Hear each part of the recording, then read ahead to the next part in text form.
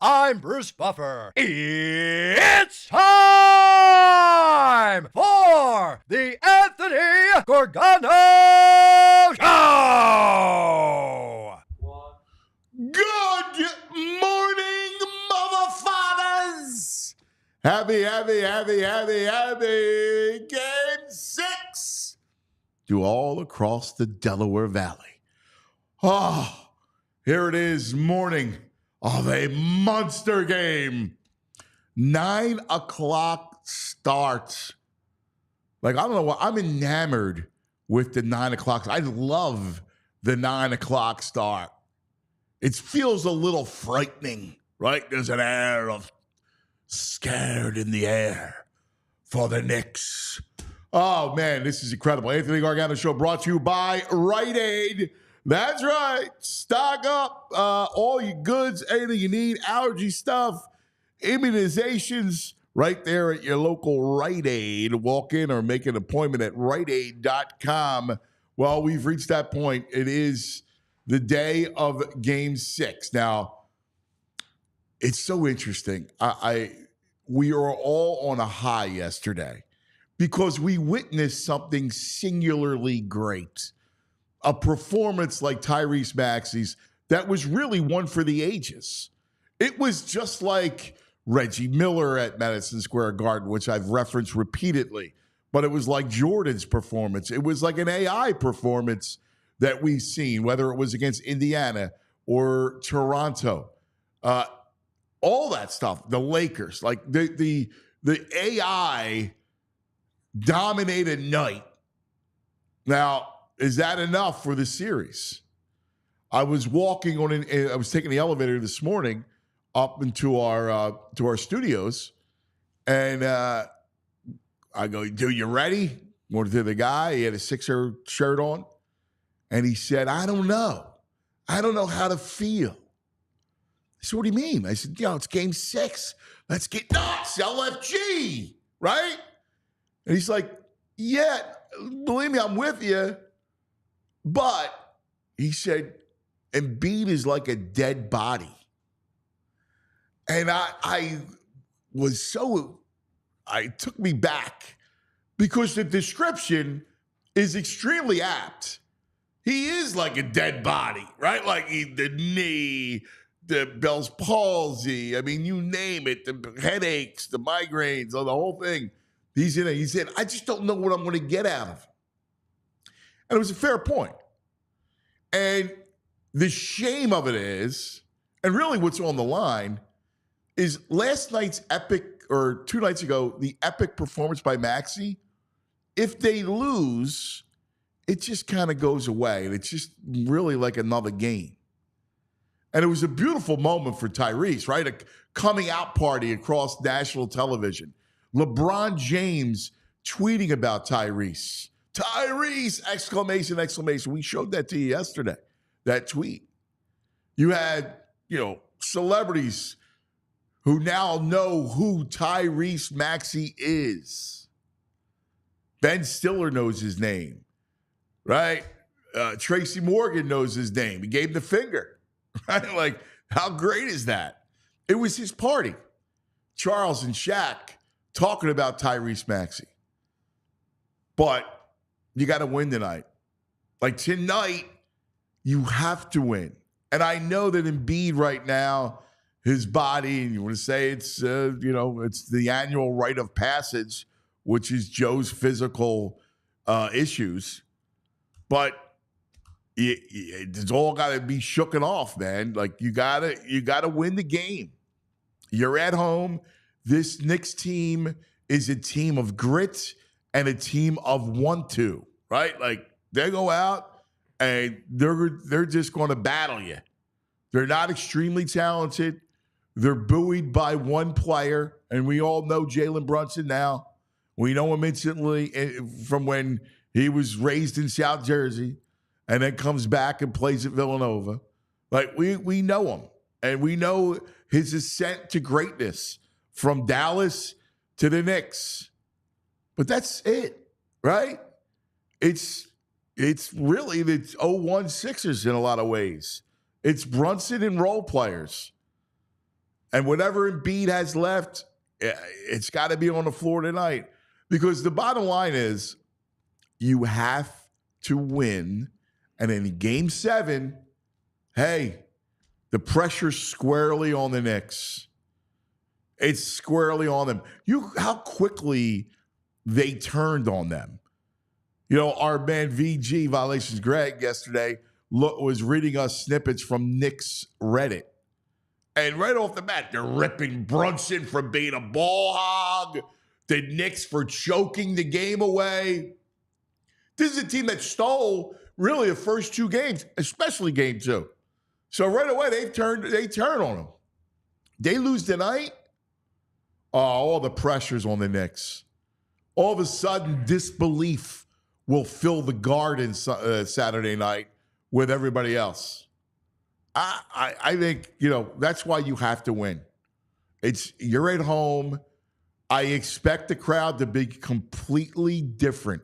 The rallying cry was already sounded. Everybody knows to show up tonight. Everybody knows to be loud tonight. Everybody knows that there's zero tolerance for Knicks nonsense. And so that building will be able to rock.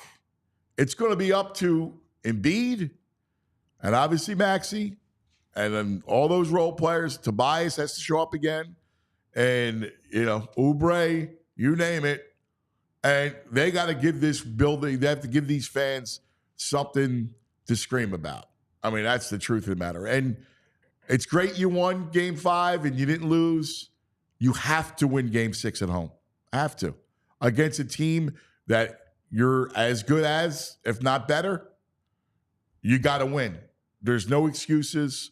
There's nothing. As much as Embiid, to bring it back full circle, is a dead body right now with all the elements, there's no excuses. This is a big, big game. No one's saying they're going to beat Boston.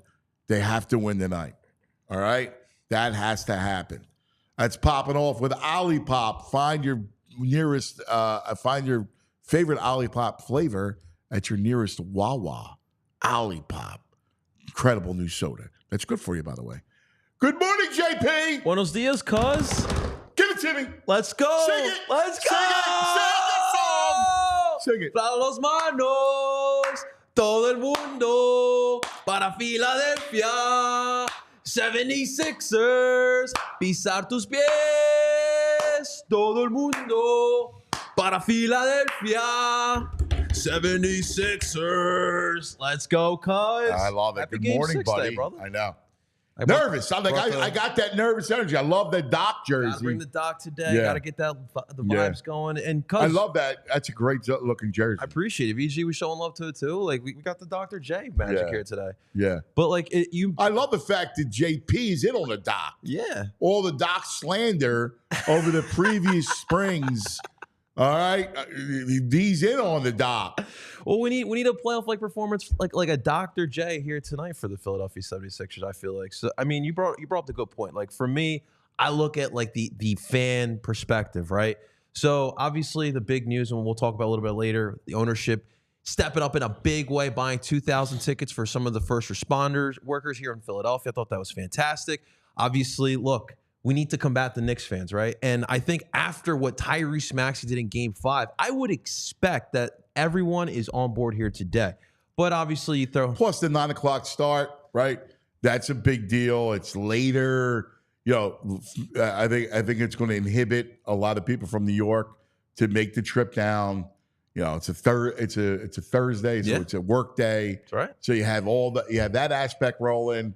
Yeah, I expect it to be, loud and all the way Sixer. And also too, cuz I don't know if you saw, but they already announced the uniforms. So the Sixers won't be wearing the red, which they haven't been able to win. They haven't had a lot of luck in those reds in the playoffs in general. So they'll be wearing those classic blues with the stars down the side. So that should be big as well. So those are like the little things. But when you're looking on the court, obviously Game 5 was Maxey. We've had big games from Joel Embiid. Tobias stepped up in a big way on Game 5 as well. Who else is going to step up here tonight? And that's what I'm looking at. I'm looking at a guy like Kelly Oubre for a big game. I mean, I feel like he's due. You're talking about being able to bring the impact that Tobias had in Game 5. I would love to see that from him. You know what's a shame? Here's the truth of the matter. Okay. It's got to be it's either Maxey or Embiid again, because they're the only two that can score in volume. Yeah, Oubre's not going to score in volume. Tobias not going to score in volume.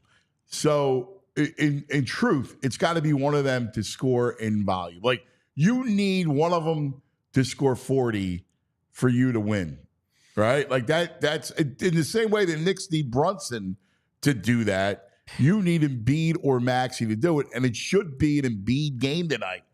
Now, does he have it in him? That's what we're trying to figure out. Does he have it in him to have a Joel night where he goes off? Is he capable? We talked to Jimmy Lanham yesterday, and Jimmy said, well, is he physically impaired to the point where he's incapable of having a Joel 40-point night? That's going to be the big question. For me, I think it's very plausible to get. I can totally see Tyrese getting 40, Joel getting around 30, and Kelly getting 20. If that happens, cause 20, I see Tony for Oubre 20. Toby had 19 on Game 5. I think Kelly could do that. Oubre 20. I don't know. I think Kelly don't make me look bad here. I think that's a little industrious. If that happens, because we're winning Game 6. Yeah, if Oubre scores 20, yes. I don't. Maxey 40, Joel 30, Kelly 20. Yeah, we win Game 6. Yeah, I don't put that in SGP. I don't see that happening. First of all, it's going to be hard for Maxey to go for 40 again. It's gonna be tough. If you watch playoffs and series games, you'll see somebody pop off, like great players, right? You'll see Anthony Edwards pop off. But then the next game, he comes down to earth a little bit. Like, the way teams defend you, the idea of being hot, right? Like, when you're hot and you're feeling it, it all changes. Yeah. Right? Like, so to expect Maxey to come back for another 40 and shoot the ball, what do you have, 7 threes? He was ridiculous. To do something like that again, to replicate it in that fashion, I still think he could score 30. Yeah. But you know what I'm saying? Like 40, it's that net. He's going to have 2 of those games. You have to have Embiid. He just has to give you 30. Has to. And I think Embiid can do that too. Because the thing is, we talked about the crowd, right? Obviously, I do believe that the crowd's going to get into it. That should raise the level of everybody on the court as well. Getting Joel at that foul line as well is going to be big. Putting the Hartenstein, and also putting Mitch. You just did it. Hartenstein and Mitch Robinson, getting him in the little foul trouble too, was a big thing when Joel dropped 50 points. That could be a big factor here too. Getting those easy buckets, right? Knocking down some threes, getting to the free throw line. That'll be big for Joel Embiid to just kind of ease the pressure off everything else. Yeah, they got a board. They got a board. I think one of the things that Nick Nurse has kind of figured out is his rotation, right? I think you kind of understand that you're going to have to match the Knicks go small. Yeah. Right? Boom, you got yes. At the 5. Or Tobias. Or right? Toby. Yeah, I think you have to do that. And you're going to have to get Embiid periods of rest when you can. You have to.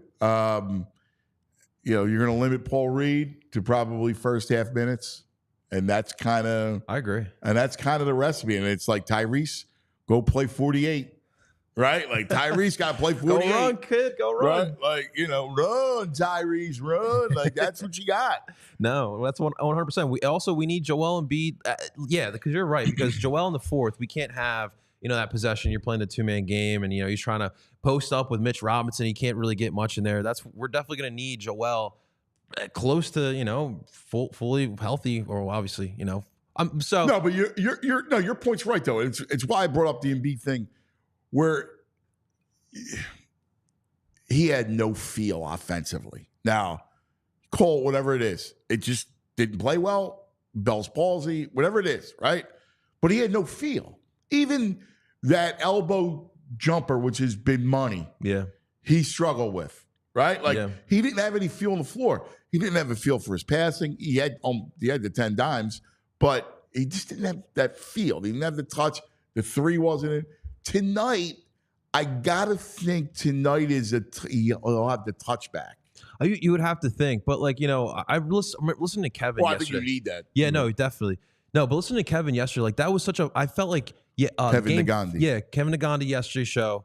Game 5 was a big growth moment for Joel, because you even saw, like, I put the clip in our group chat, like when Joel goes up to Tyrese and he's like, I need you. And Tyrese is like, I got you. But like with that confidence, like, I got you. Like that's growth from Joel Embiid, in my opinion, because Joel in the past, in that fourth quarter, down, he would go into Superman mode and he would try to get a basket any which way he can. But now you see him being like looking to Tyrese like, right, and then he would fail at it, and then he would sulk, right? Like that exactly was right, and that didn't happen. It's why, listen, I agree with you. I think he's been through a ton, and I feel like he gave it his all. VG made a good point the other day where he said he was like on the precipice, and Tyrese kind of pulled him, shook him out of it with his play.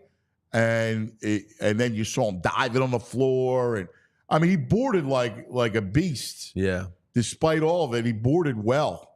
Find different ways to be effective, even if your offensive game is not where it typically is. And you would think tonight is going to be a night where Joel plays like Joel Embiid, playing dominant. We'll definitely see, but I would love to believe that the crowd getting behind Joel would definitely raise his game, but. Right now, is that health? We don't know how healthy it's a exactly delicate balance. Like you hope that he's feeling his touch, because if he could give you 30, 35, that'll be enough to where they can win. But it's a balance, right? It's so weird because you want him to score 30, 35, but you also want him to distribute and not have the offense be disjointed. Right, no, getting that ball movement going, and when the Sixers play, obviously, if you're going to combat this Knicks team, and we talked about it constantly, the role players of the Knicks have really stepped up here. Yeah. You're going to have to play as a complete team, and some other guys are just going to have to step up. And in the crucial moments, yes, Joel and Maxey, they're going to have to play like stars that they are. Yeah, that's it. I mean, that's how this team's built. Yeah, like you can only count on, and I would give campaign a little more run too. I agree. Get that spacing out there. Yeah, and listen. Pop. Hopefully you have somebody else that's connecting from beyond the arc, right? The role players, it all takes turns, right? So hopefully it's Batum. Lowry's kind of due for a game too, since game 1. I just don't know with him at 38, what Kyle Lowry's going to do at 38 years old. I mean, he hasn't really had a big game since game 1, though. It's been a couple games now. Possibly might could be the game for him. Anyway, I can't wait. It's exciting. I can't wait. I know. Also, too, if you run an Airbnb or if you're a hotel manager, don't give Knicks fans an easy room there for the night. Come on, it goes past make life miserable for the New Yorkers. Restaurant owners, bar owners, You're not welcome. You're wearing a Knicks jersey. We don't serve you, man. I love it. You're wearing Knicks gear. You're out. No cheesesteak for you. Out. There you go. All Get your chopped cheese on. We got to keep really go back up there. All right. Lots to do today. Jim Salsbury, our friend Jimmy, has a great piece on allphly.com on Alec Bohm. So looking forward to talking to Jimmy. We'll talk to Jimmy about the Fightins, who are just, they don't lose. They don't lose. This team, extraordinary start role that they're on. So we'll talk to Jimmy about the Phillies, and we'll get his take because he's a basketball man too on the game tonight. We'll also talk to, it's Meat Locker Day, so Baldi, big games. We'll talk to Baldi. David Adelman, Sixers owner. We'll talk about the ticket giveaway. So we'll talk to DA about that and about the game tonight. Lots of stuff to get you covered. It's the Anthony Gargano Show right here on the All City, All PHLY network.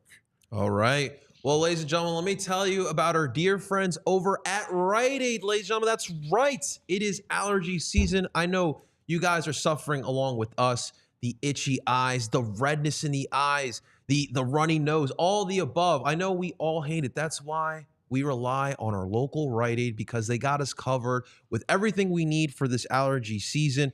Of course, right now, if you guys sign up for the Rite Aid Rewards emails, this is the best part about it, because we all know that the main reason for allergies is pollen. Well, if you go right now to riteaid.com/rewards, you sign up, you can receive email updates of pollen alerts. When the pollen is high, you will know when you sign up for their email group there.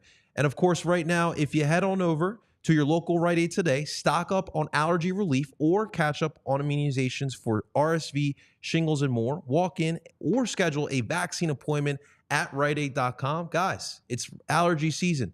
Make the smart move and make sure you guys head on over to your local Rite Aid. Rite Aid, thank you for being one of our dear sponsors here today. All right, that's right. In fact, we have a picture of Marge at the Rite Aid Marge! in South Philly. We're going to share with you later on in the clubhouse. Butcher Box.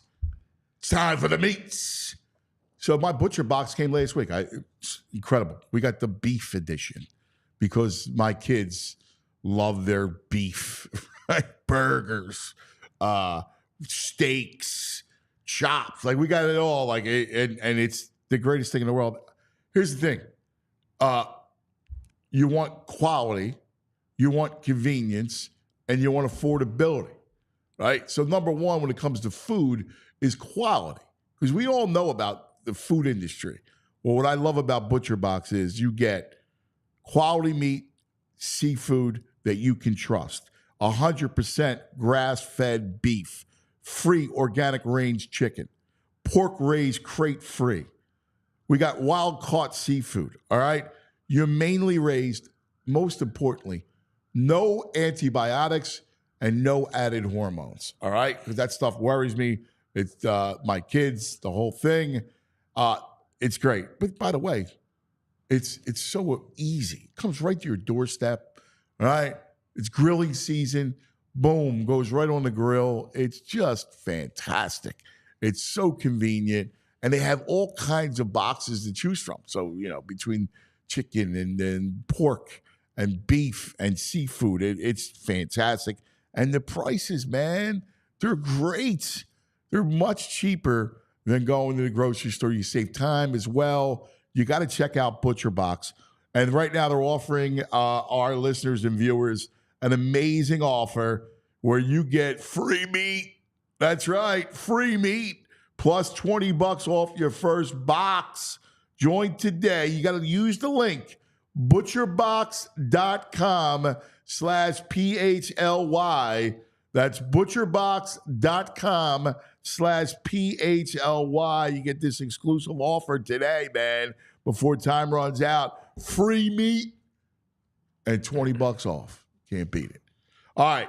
Now joining us, love him, love his work, thrilled that he's working with me again. He, of course, is the great Jim Salsbury. Jimmy! Good morning, Ant. How you doing, buddy? Good morning, pal.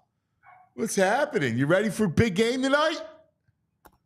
Oh, I am. I wish it wasn't at 9 o'clock, but yeah, I'm ready. I just love playoffs of any sort. The intensity and the urgency, and I'm only a casual Sixers fan, and if I've had one little maybe critique of the Sixers, sometimes I wonder if they're a team that's loaded with heart. Well, they showed a lot of it down the stretch the other night. I mean, I was flipping back and forth between them and the Islanders game, the Islanders Hurricanes game, Carolina. And yeah, that game was tied. They tied it, and then Carolina bang. Came back.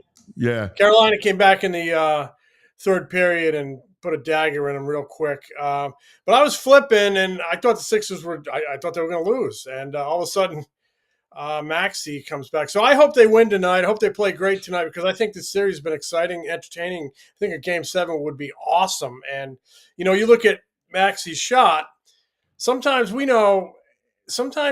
a series in any sport can change on one little moment. I think back to early October of 2022, and that ninth inning in Busch Stadium. I'm sitting up there working on a story that says the Phillies are, lost the opener of this series, their first trip back to the postseason in 10 years, and starting to craft a lead that's saying they lost. And all of a sudden, Polanco, has got his butt in the third base dugout, and the bat head's in the left-handed batter's box, and he flicks one into left field, and the walks, and the hit batsman, and all of a sudden they rally and win that game on one little moment in the ninth inning, and it changed the course of that run. You're so they right. went to the World Series, right? Yeah. So one little moment changed that. You never know. So maybe that shot. I mean, I think back. Didn't Laviolette call a big timeout against the Bruins that year? They're down 3-0. If you remember, that was the down 3-0. They come back, they tie it.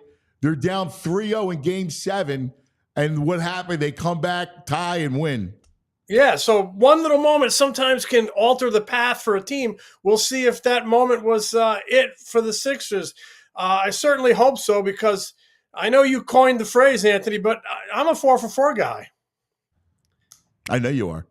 And listen, you're right. Your critique, they hadn't shown heart like that. They had gotten beat on the glass. They had gotten beat defensively, loose balls, the whole thing, all that grit. New York was the team with grit.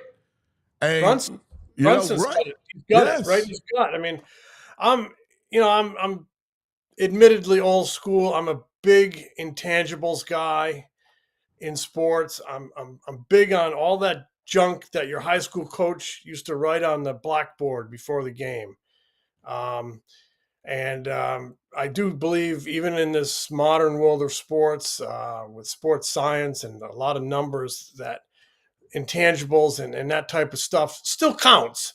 So it was great to see it the other night, and I'm hoping they put it all together tonight and have another good one.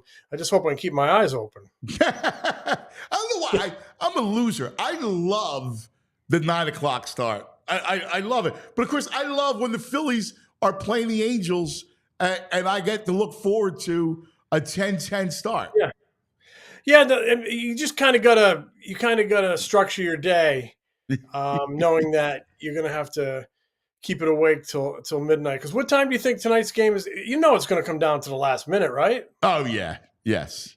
So the denouement, to use an old English major term, I think I'm pronouncing it right. Yes. We're probably not going to see it till midnight's knocking on the door, right? Yep. That's the turning point. That's when we'll find out the whole where it comes to the crescendo. So I can't wait. I just think there's nothing better than a big game in town, right? And series, because baseball and basketball, the series you get intimately acquainted with your opponent. So there's a great rivalry and you build up a good hatred toward your opponent. Nothing like series play. And it really, you mentioned the rivalry and the hatred. I mean, it really helps that it's a New York team. Yes. I can't wait for the Flyers to be back in the Stanley Cup playoffs. I absolutely love the Stanley Cup playoffs. I think it's the best tournament in sports. I'm a baseball guy, and I love the NFL playoffs, the NBA, the March Madness. I love the College World Series. Yes, I do too. I think the Stanley Cup playoffs are just amazing. You talk about playing hard. I mean, those guys, they play hard to me all season, all 82. But I can't wait for the Flyers back in that tournament because it's a fun one. It is because one of the things that it's every rush, right? Every odd man rush, your heart's in your throat because goals are so vital, so important that can shift the game, that shifts the series.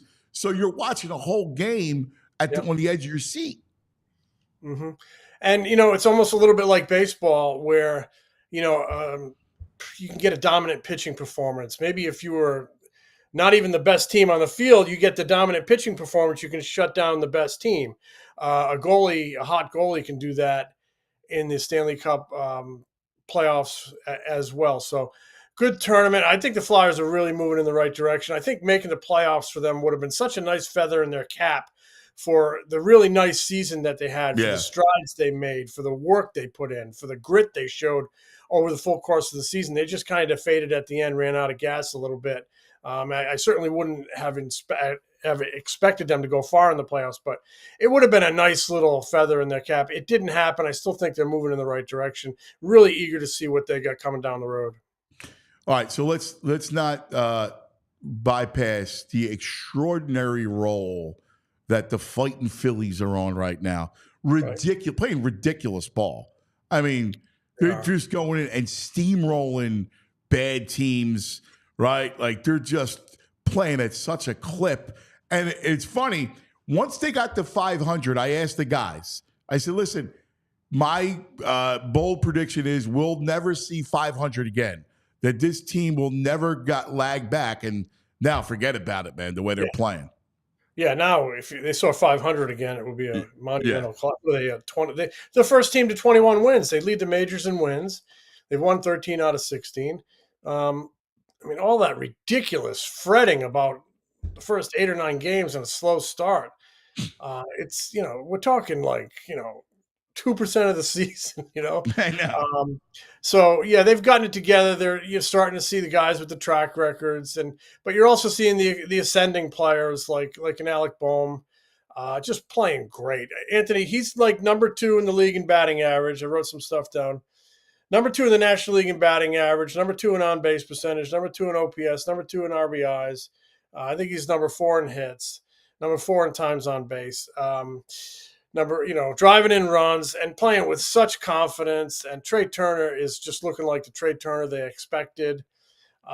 Nick Castellanos' at bats. I know he had a tough day yesterday, but he hit a couple loud foul balls that were, if you believe in little signs, maybe it's a little sign. But Sunday he had a couple really huge walks out in San Diego. Really important plate appearances. Where he worked 2 full count walks, saw 15 pitches and 2 at bats. Both of those at bats preceded a home run by Bryson Stott. So what he did there is gave Stott little extra intel on the pitcher from the on deck circle, and by grinding those at bats, maybe the pitcher, I think it was Michael King, maybe he's just a little bit winded when he faces Stott and he makes a mistake. And Stott can capitalize on it. So I think the at-bats are getting better there. Harper has not even gotten hot yet. Schwarber has not gotten to June yet, but he's still making Schwarber-like contributions.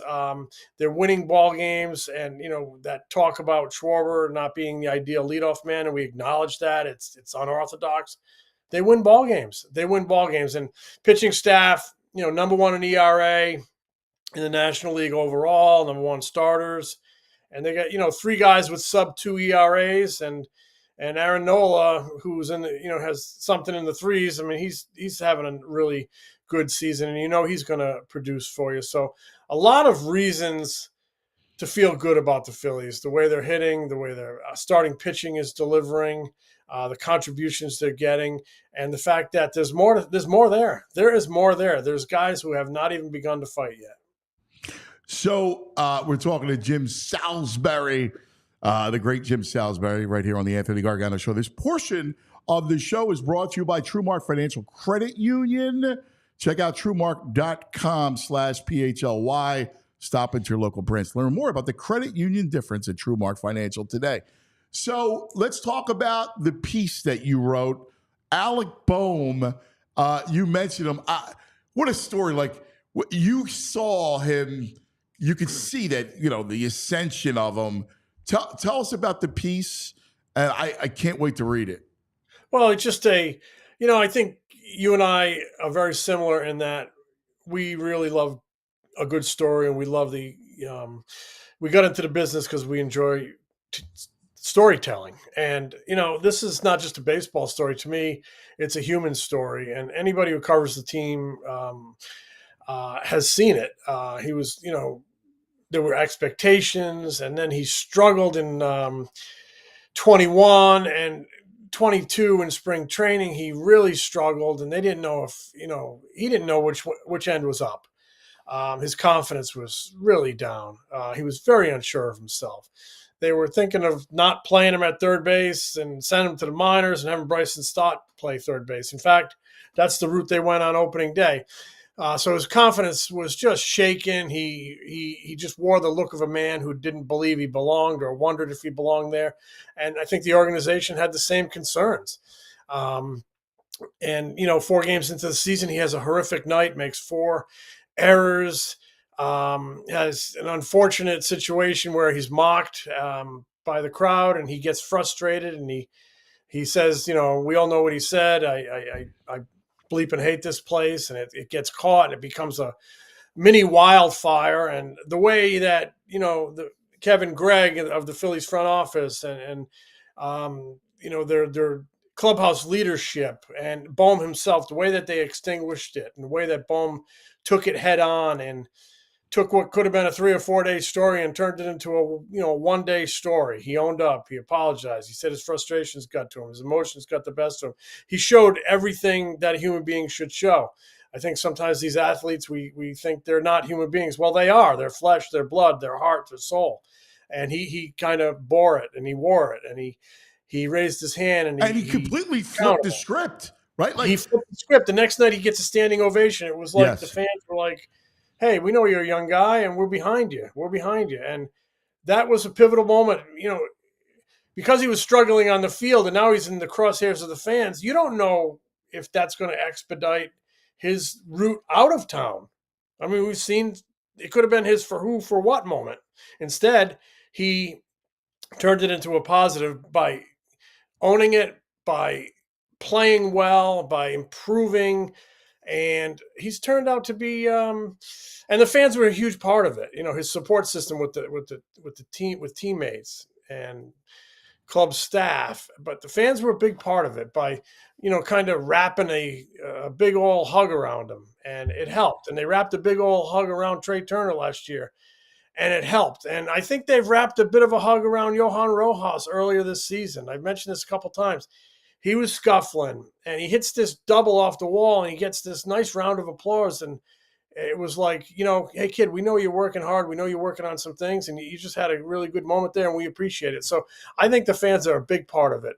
And Alec Bohm has, shown so much character and maturity, gotten comfortable in his skin. He's enjoying the game. You can see it all over his face how much he is enjoying the game. He's improved. I mean, defense is always going to be I don't want to say a struggle, but it was like Utley. Utley always had to grind on defense, always had to work hard on defense. He was never a natural. Well, this kid probably never going to be a natural over there, but he can be competent, and he can get the job done through hard work, and he can be a really gifted hitter. The hitter they thought they were getting out of Wichita State, gap to gap, line drives, selectivity, takes his walks, hits for average, and now the power is coming. He's learning how to use that bat head. So been one of the best players on the team, one of the best players in the National League. And it's just really good to see, because it's kind of, to me, a great baseball story, but also and it's going to go on for another 5 months. 6 weeks does not make a player. You got to do it for the course of the year. But right now, it's a really good baseball story. This guy is pointing upward toward a breakout season, and it's also a good human story because of the character he showed and the growth that he was able to attain and build on from some adversity and from some embarrassment and from like the worst night of his life. So hats off to Alec Bohm. Yeah, I love him, man. I do. His plate coverage, too, is ridiculous. Oh, yeah, he's a big, tall kid, and he knows the strike zone. Yeah. He knew the strike zone. That was one of the things that attracted to them. The previous regime, Matt Klentak and his crew, really, they always stressed controlling the strike zone and plate selectivity. And, Alec Bohm had it then. He's got it now, and it's serving him well. So, did you get the mother? No, no, no, not yet. Not yet. Jimmy, you got to read the piece. All right, allphly.com. You got to check it out. I say that to Jimmy because we both worked for an editor in New York by the name of Greg Gallo, and we tell stories all the time about him. And I have to, and he's like Jonah Jameson is the best way to describe him from the Spider-Man, right? So I wrote a piece, a column for the Post last week, Jim, right? You did? Before the Sixers Knicks series, I wrote a piece, flexing about Philadelphia and the Sixers and the whole thing. Serby wrote the anti-Philadelphia. I wrote the anti-New York, right? How did I miss that? I got to go back and find it. Yeah, I'll text it to you. It was funny. I'll find it. I go on the Post all the time. Yeah. So the greatest is I get an email from Greg. No way. That's awesome. It was awesome, right? And I go, and he goes, "Welcome back to the big time, kid." You're out. You finally get back out of that AAA town you live in. That's great. He just was so loyal to New York and New York sports, and anything else was inferior. Oh, it was the best. It was great. We had a great back and forth, great conversation. In fact, you should call me. I'm going to have dinner with him on Arthur Avenue in the Bronx. Like they do a dinner, all the old Post guys. So we should go one day. I would love to go to that. I actually he cared about us a lot. He rode you hard, but he was he rode you hard. But he gave young guys a chance, and he gave us a chance, and really grateful to him. And yeah, I told him you said hello. He was very complimentary of us too. It was great. It was awesome. It was awesome. Jimmy, great stuff, my brother. As always, make sure you read that piece. Man, Jimmy tells a story, all right? And the Alec Bohm thing, the Phillies, it's going to be a fun summer in Philadelphia. Yeah, and they're going to give away a Bohm t-shirt Saturday night, which to me is reflective and symbolic of the young man's growth. And the team is hot. The team is fun. Little challenge coming up, Anthony. May has not been kind to them the last 2 years. I think it's good they've built up some padding, but try to have a nice, a better May than you had last couple of years, and then June is when this team just kind of jumps on the water skis and boom. Yeah, oh yeah. Hey, last thing while I got you, Sir Anthony, are we worried? Worried? You're probably concerned, but I think he's a few good outings away from, or a couple good outings away from getting some confidence. But I think they'll go to work on him in the video and the analytics and the data and in the bullpen with the real time work and try to fix him. I mean, relievers, they're up 1 month, down 1 month. Yeah. They need him. They need him and Soto because they're kind of leverage guys, and they are both a bit of a concern right now. And but I'm not in panic mode by any means. But yeah, you'd like to see him pitching better. Him and Soto pitching better because they're important leverage guys. And bullpens evolve throughout the course of the season. They're good 1 month, they're down. Yeah. They evolve from year to year. I always tell a story about Rael Cormier. 1 year he was like statistically one of the worst relievers in baseball. And the next year he was like statistically the best reliever in baseball. It's a crazy game, and that's a crazy kind of position within the game, bullpens. A lot of momentum and feel and adrenaline and a lot of intangibles go into it. You can get out of whack mechanically if you don't get enough work. But yeah, it's a mercurial, volatile position. But you need a good one if you're going to go far, because if you have a bad bullpen, it's really hard to hide from a bad bullpen, and they should have a good bullpen. They do have a good bullpen. They just need to get a couple pieces right. Thanks, brother. Enjoy the game tonight. Stay up. Yes, sir. Thank you. Have a great one, Anthony. The great Jim Salsbury joining us. The big story, his story on Alec Bohm, brought to you by TruMark Financial Credit Union. Check out the TruMark difference at TruMark.com/PHLY. All right. Now, I got to warn our next guest because it's daily grind, and I love him. And nobody's better at Nobody. I mean, he identifies these props that are, unique and obscure, and he cashes. But I'm praying that he does not have bad news, because I need all positivity today.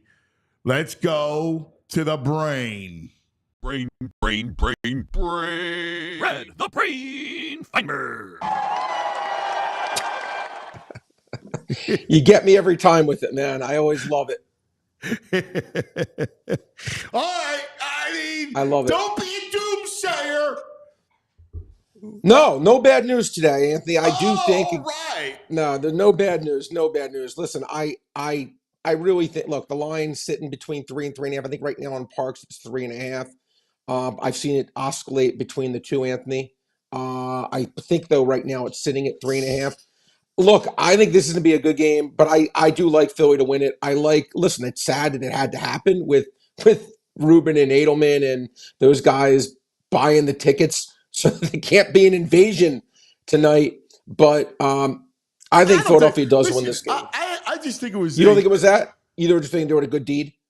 Well, no. I mean, obviously, it's protect Wells Fargo.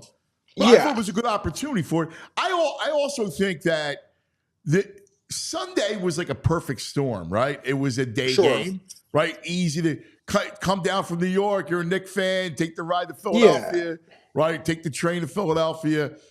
They're on a high after, what happened in New York, right? They're up 2-1 in the series. It just made sense for them all to come down in a deluge. I think it's different. I think tonight it's a late start. I think that helps out. I think I don't think you're going to get a lot of people down there. VG checked the train schedule, the Amtrak schedule. Last train's out at midnight back up there. So you're cutting it close. I do think tonight, Sixer fans all notice. I think we show up and show out. I think you're right. I agree with you, Anthony. I do agree with you. But the game for me tonight, and actually the rest of the series, if it is more than one game, we saw Maxey have an all-time game, right? And listen, again, and I know he's obviously not 100%, but they need, again, the first 35 games of Joel Embiid this year, Anthony, I thought were arguably the best games I've seen a guy play since Shaq from a center position. Okay? I thought he was that good. I really did. I thought we saw just a guy playing the peak of his powers. If they can get that Embiid back or a semblance of that, yeah, I mean, I think they really can do some things, but I haven't seen one game. I don't know about the first. You know what? It's not true. Before he got hurt, was it in game one, Anthony? He looked amazing before he got hurt, and then he got hurt, and he just came back and wasn't the same. Was it game one or game two? I'm trying to remember. But remember he left injury. He started off like they scored like 14 in the first quarter. Or and then the dunk to himself. Then the dunk to himself, exactly. Mm-hmm. And I feel like and listen, only he knows his body. So for me to make a comment would be idiotic because I don't know his body and what he's going through. Right, and the Bell's palsy thing too. Yeah, everything. It's just crazy. It's unfortunate the luck that he's had in terms of it's been 8 years in a row now that for whatever reason it's just been at this time of the year he just physically hasn't been what this team needs him to be because they need him to be the best player in the world to get where they want to get to. Right? I mean, let's be honest. I mean, a good version of Embiid isn't going to get them to where they need to be. So he really needs to up his game. I'm just, for them to win this series, in my opinion. It's funny. How about it, JP? I said the same thing to start the show that they need Embiid because you follow this stuff, right? So religiously, closely. So you nerd out with it. It's your job, but you also nerd out with it, and you know how it goes. When a guy has a night like Maxey did, it's almost impossible to replicate that, right? So, you always the great players can give you 4 of those in a series, So usually there's a bit of a come down. There's something, to it. So you're going to need Embiid to score tonight. You got to get him to at the line. Like you got to feed him at the line. He's got to be able to score points from the foul line. I think that's going to be a huge deal. You're at home, so you should get a little more calls, a little more love from the officials. You got to get to the line. He's got to feast from the line tonight. I think that's such a brilliant what you just said, Anthony. I could not agree with you more. And if any analysis I'm done in this game, I think what you just said is the best analysis for everyone listening that you'll hear, because that's exactly right. First of all, people don't realize this guy, what's he shoot 88% from the line, Anthony? I mean, so people don't, when they think of him, they probably think he's a good free throw shooter. He's actually become elite. He's become like a notch below Steph Curry, okay, in terms of shooting free throws. So, Anthony, I could not agree with you more. If they can get him to the line, that they will win. They'll win the series if they can do that. But I just don't have the confidence, to be honest. I just don't. That's going to happen for 2 straight games. No, and I don't blame. Listen, I rode the elevator up today. I was telling the story earlier. Yeah. And a guy goes, I said, pumped up for the game. Like, I can't wait for this game, right? Like, it's one of those things. My whole day is consumed by waiting around until 9 o'clock. And I'm riding the elevator up with one of the guys that works in the building, and we're talking about it. He goes, the only thing I don't know, he goes, Embiid's a dead body. And basically, between the knee and the Bell's palsy and everything else, he used, and he's right. Like, you know, the body is forsaking him. If he can have his touch, he had no feel in Game 5, no feel at all. The elbow, which is usually automatic, whether he's hurt or not hurt, he's always automatic from that. He didn't have the best in the league. He didn't have the 3-point touch. No. If he can have a touch tonight, and even if he's got to shoot threes and whatever, if he can just have the touch, the feel tonight, that should be enough to get into a Game 7. I'm going to tell you, Anthony, and I really fiercely believe this. If Embiid, again, I'm sure Knicks fans are going to say if Julius Randle's here, shut up. But if Embiid was never, let's suppose he never suffered that injury he suffered in Game 38 or whatever it was, I actually believe, and I truly believe this, the Sixers would win every one of these games by close to double digits. I think if you took an intelligent Knicks fan that was objective, and who actually saw Joel Embiid play the first 35 games of the year, not this version, I don't think anyone would say the Knicks could hang with this team but the Sixers need that version of Embiid. And the argument is, well, he's never healthy at this time of the year. So how are you complaining about something that hasn't happened once in his career? So I get that. That's fair. But listen, again, that's why sports, look, no one likes to hear excuses. No one cares. At the end of the year, whoever wins, wins. People aren't looking back saying, 26 years ago, the only reason, the Giants won a Super Bowl was because of this. No one cares. They just know they won a Super Bowl or whatnot. So when people look back in history, they're not, when Toronto won their title, they're not like, Kevin Durant was out. No, Toronto won the title, right? I mean, no one's talking about why they did it. They're just like, they got their rings and that's that. So I agree with you, for everyone watching, that the foul situation, if they can get him to the line, I think that I think this team will actually really win and has a great chance to win the series, but I just don't know if I think it's going to happen. So, by the way, bradsbestbets.com, his record's ridiculous. It's documented. You can check it out at Brad's Best Bets on Twitter X. He's going to make you money, so go follow him. Check it out. Is there anything you got tonight for tonight? Doubleheader?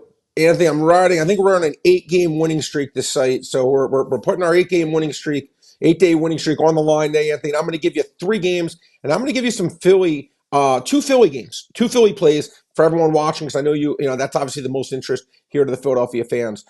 Look, Anthony, I took this bet and I gave it, I think, on the show the other day, and I lost it. It was a tough loss. I had Tyrese Maxey under 4.5 rebounds. He had 3.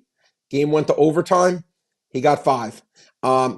Look, it happens, but I like Maxey under 4.5 rebounds. He's not a rebounder, Anthony. He's 49 and 21 to this under throughout the year. Factoring in, he's obviously getting about a 15%. He averaged 37.5 minutes during the year. He's probably going to get 43, 44 during this game. So I'm giving him a bump. I still think the true number is closer to 4 than 5. I know it is. I don't think it is. So, and right now on Parks, I think it's minus $1.20. Okay. And again, all this I'm talking about, you can bet it on the Parks site. Parks, in my opinion, I've seen everything they do. I'm a huge fan of what they do. They're great for the consumer. They give is an amazing product. Right now, you can get under 4.5 rebounds, minus $1.20. That's my first play, Anthony. Next, I'm going to go Kelly Oubre. I think this is an interesting one, Anthony. I'm going to take his under in steals. Now, Kelly Oubre is actually a very good steal guy, but I'm telling you, it's under 1.5. Under 1.5. 68 games this year, Anthony. He's gone under 45 out of 68 games. His minutes have gone up a little bit here, but the juice here I think was minus 103. So he was 45 and 23 to the under. It's not easy to get 2 steals. You know that. Plus in these playoffs, it's even that much harder. Even if I factor in a little bit of an increase in his minutes, this is still a bet, Anthony, that definitely wins at least 60% of the time. Give me Kelly Oubre. Hope he has 1 steal. Hope he has 145 points. Hope the Sixers win. But don't get 2 steals tonight, my friend. I'm going Kelly Oubre under 1.5 steals. And hey, this is a great one. You're going to like this one. Pascal Siakam. You know what's interesting is, let me ask you a question, because you know NBA as much as anyone I know. This is something that I kind of perceived wrong. When you think of Pascal Siakam, do you think of a guy who gets block shots? Yes or no? I won't tell you which way I'm going. No. Oh, well, you were right. Okay, I thought he was a guy who was always like a decent shot blocker because he's athletic or whatever, but you're right, Anthony. This guy doesn't block shots he blocks shots at a Brad Feinberg level, which ain't good, okay? He is not a good shot blocker. 59 and 21 to the under. 59 and 21. I think it was minus $1.35 on the Park site last I checked, something like that, Anthony. 59 and 21. I'm going to take my chances. He doesn't get a block. Now, obviously, it's a tough bet, Anthony, with these half things. It just takes one thing for you to lose. And you can be like, oh, Brad, you got a block. I just lose my bet. It's not like a points bet where it takes the entire game to develop, so to speak. So there's a little bit of luck for sure. But over the math, over time, you know me with my math, Anthony, I'm going to say he doesn't get his block tonight. You're unbelievable. The plays you gave out, right? I don't know if you're human. You are the brain. Yeah, I'm searching this stuff, man. Under steals, under blocks. Yeah. Like, who in their right mind? First of all, betting under people hate, right? And I'm rooting against human achievement. Under those, but that's why you win. That's why you make a living at this stuff. Inherently, Anthony, there is more value in taking unders because, listen, taking overs is comfort food. But you know what? Listen, sometimes, look, I'll take an over and under equally. I don't care. Whatever I see the value at, Anthony, is what I'll take. And by the way, Anthony, I had a lean. For everyone, a lean. And I bet is over 9.5 in game 3. I bet over 10.5 in game 4. I bet over 11.5 in game 5. They made it 12.5 tonight. I do think Kelly Oubre gets 13, but I wanted it to be 11.5. I'm being greedy. I didn't pull the trigger. But if everyone's just looking for a points bet and these obscure bets aren't as fun for you, Kelly Oubre over points would be the closest I like that. Now, there you go. There you go. Oubre, I like that. That's good stuff. All right, brother. The big brain. Check him out. You're the best. Enjoy the game tonight, pal. Appreciate you, Anthony. I'm looking forward to talking about a Game 7 tomorrow, my friend. I love it. All right, the brother. brain. Appreciate you. We always love hanging out with the brain. He's incredible. He's nuts. Absolutely is. JP, like under block, like under steals. Like what? But he wins. That's it. That's what he does. He wins. That's it. Cause you know also. What's that? With the Alipop, ladies and gentlemen. Alipop. Friend, thank you to our friends over at Alipop for being one of our dear sponsors today. Let me tell you guys about the great product that is Alipop. Listen, we all love soda. Let's be honest. Tomorrow is pizza night, as we know from in my household. So we got rid of the Coca-Cola and all the other stuff. We got the Alipop now because not only is it good for you, but it tastes just like regular soda. And it's the world's first functional soda with a classic soda taste and the benefits of plant-based fiber, prebiotics, and other botanical ingredients to support that good gut health, ladies and gentlemen. And it's a new type of soda with only 2 to 5 grams of sugar and 9 grams of fiber per can. That's right, ladies and gentlemen. Get that fiber in. And the best thing of yet here about Alipop is that it is now available in Wawa. That's right. On our favorite Wawa, you get some of the classic flavors here, like the classic root beer and the strawberry vanilla. But not only available at Wawa, you can go to Target, you can go to Sprouts, Wegmans, ShopRite, and it's also available at GoPuff. But if you're watching live right now, you can tell at the bottom left of the screen, there is a promo code. That's right. If you use the promo code PHLY20, you'll get 20% off your next Alipop order. However, this discount only applies to one-time orders, not to subscription orders, and Alipop is sold online at drinkalipop.com. So, for the next pizza night, be like myself in my household. Get yourself some Alipop with that pizza. Get that beats. That beats. Said it right, too. Not beats. Get the beats. Listen, Alipop with pizza or Alipop with Primos. All right? That just blew my mind there. How about that? I love that. Let's go. How about that? That's a pretty good idea. In fact, So today's a Primo day. I all of a sudden you went and retrieved the Primo. Is that true? Secured the bag, ladies and gentlemen. Secured the bag. He had the bag. So what was what's the occasion? So obviously, listen, we know Sunday is Cinco de Mayo, but as our producer Andrew would say, Sunday will also be Cinco de Hoagie. Cinco de Hoagie. We got National Hoagie Day on Sunday, so Primo's dropped us off some goodies. I can't wait to dive into it. I do know that Monday they were. I was with Eric, who's the COO of Primos, Eric Bonner, and we were talking about Nicky Jr., who's the CEO. We love him, but they're coming in Monday, so I guess it's a double dip. There we go. You gotta love it, man. Where everybody smiles. You had the bag, you had the big smile on your face. Look what I got. And Andrew was freaking out. It's the best. It's Primo Hoagies, man. Right? Go ahead, Jules. Dive in to the Primos. You'll get smiles. It's game night. So if it's game night, you're not going to cook. You're ready for the game. All right? Do yourself a favor. Stop at your nearest Primos. It's the same taste, man. The same taste from the original 1992. And I remember when they were open. Right, I remember I was in college, and I remember when they first opened. And my cousin and I would go wild, right? Because the sandwiches. In fact, my grandmother would buy a Primo, right, and it was on 16th and Rittner, and she would between 15th and 16th, and she would go get the Primos for us. She would get herself one. They were so full with all the meats and cheeses and everything. She would get 2 rolls and make herself sandwiches for 2 days. She would eat that thing. It would last actually 3 days for her. All right. It was unbelievable. It's the same thing. It's incredible. Do yourself a favor for game night. Check out Primo Hoagies. I mean, quality ingredients go into every sandwich, and it applies to every taste. So maybe you want turkey or ham or Diablo or the Italian or chicken cutlet or the Nona, which is the vegetable. You got the veggie hoagie. It's the best, all right? Become a Primo Rewards member. Get $2 off Primo-size hoagies every Wednesday, all right? Just go to PrimoHoagies.com, and then you'll say what I always say. It's not just a hoagie. It's a Primo. All right. We've reached 10 o'clock across the Delaware Valley. And coming up, we're going to have David Adelman and Baldi on the program as we get you set. 10:30, we'll have the Clubhouse, VG's Nugs, best and worst of the evening, and we'll get you set for 9 p.m. tonight for Game 6. I love the vibe of a big game in town. You know, listen, my expectations are simple. Just win tonight, get me another game, get me a Game 7, and then let's see if, you can win that and go extend the spring. I'm just not ready for them to go home. I have no delusions about beating Boston. I just want to see basketball continue in Philadelphia. So that's what's at stake tonight. This hour of the program brought to you by the BetParks Sportsbook and Casino app.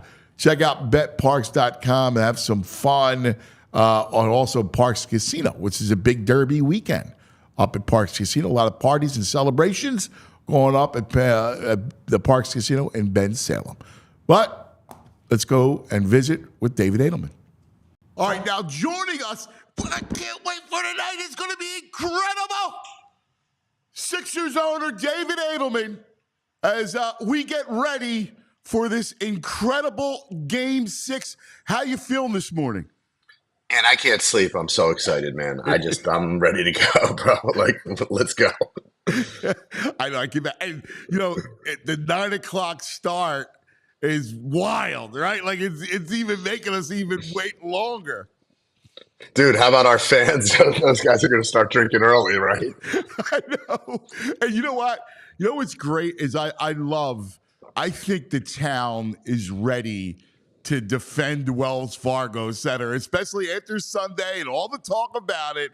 I think the town's ready. And you guys did your part. I love what you and Josh and David and Michael Rubin and, making sure you bought tickets that are going to go directly to Sixers fans, right? That's right. That's right. Listen, we want our most passionate fans in this building tonight to cheer this team on. And we were excited to be able to go out and do that and certainly make sure that those tickets didn't wind up in other hands and, get our fans in the building. Yeah, I love it. I love it. That's fantastic. Let's talk about the series. Let's talk about what Tyrese Maximus did at the Garden. I covered Reggie Miller at Madison Square Garden, and I saw those wars with Spike and Yep. 8 points in 8.9 seconds. And this was history repeating itself. Dude, first of all, A, lot of people are referring to that, which I agree with. But B, I got to tell you, man, I went into cardiac arrest like multiple times in that last minute. I was freaking out. I mean, it was just unbelievable. And to see the poise and conviction that a young guy like Maxey had is just insane. Just insane. And he did it. He knew what he had to do. He went down there and boom, nailed it, right? It was so interesting because he's so lovable, right? And you're around him, obviously, and his demeanor never changes. He has an indelible smile on his face. Always smile. You never see pressure or stress on the guy, right? He's always loose. It's just amazing. It's a great example for everyone in any business you're in. It doesn't have to be sports, but to just conduct yourself and being loose really produces positive results. What was it like there? Like we're in the middle of the celebrity row, right? Tracy Morgan's giving Tyrese the finger. You got Ben Stiller. You got it's Jon Stewart is looking like someone just kicked him in the groin. It was classic. So what was that? Take us through that the other night. Yeah. Those guys, F those guys, man. They're really arrogant, and those guys, by the way, listen, I will say this, those fans are passionate, like Philly fans, but you just want to jam them. And I was so happy to be able to do that and to walk out of that building knowing that we stuck it to them in their building. It just felt great. But yeah, those celebrities loved giving it to our guys. They went after Joel really hard. And just to be able to kick him in the teeth was great.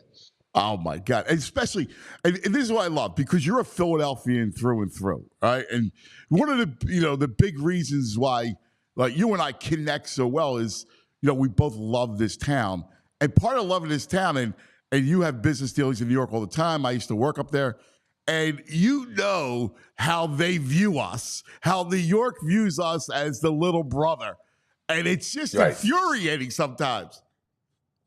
You're so right, man. And when they came down to our house the last game and tried to take it over, we're just not having that. That's just not happening. So it'll be a whole different place tonight. Our fans are coming out. We are not having what we had before, and I feel really good. I like I think the 9:00 start that we referenced. I think that also helps us, right? It was a little different Sunday. I think the mood of the town was different. And then the fact that it's a 9:00 start. In fact, the last Amtrak back to New York City is 12 o'clock. So it cuts it really close. I even was checking schedules. Keep them away. Oh, and those who do come, I hope they have a miserable ride back. I freaking love it. I got to tell you. So let's talk about Joel for a second. And I mean, the leg, the Bell's palsy, the whole thing. I mean, how do you assess the big fella and just giving it us all? I have to say, I know we talked about the 9 turnovers and everything else.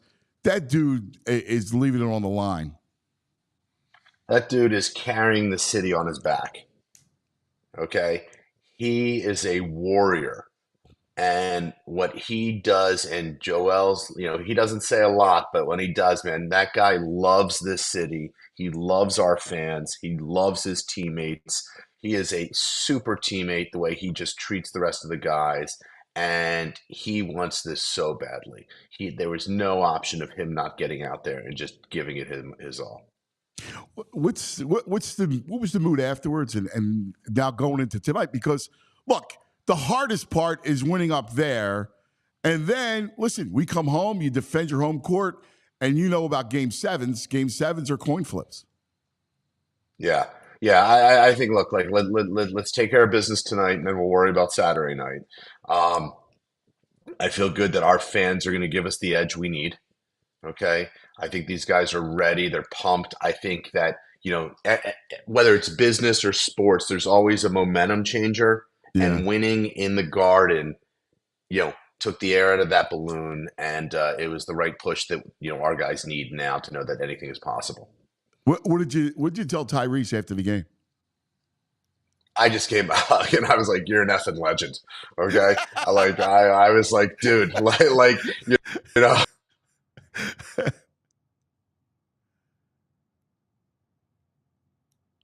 Oh, DA, we lost you. And I was just like, "You're a legend."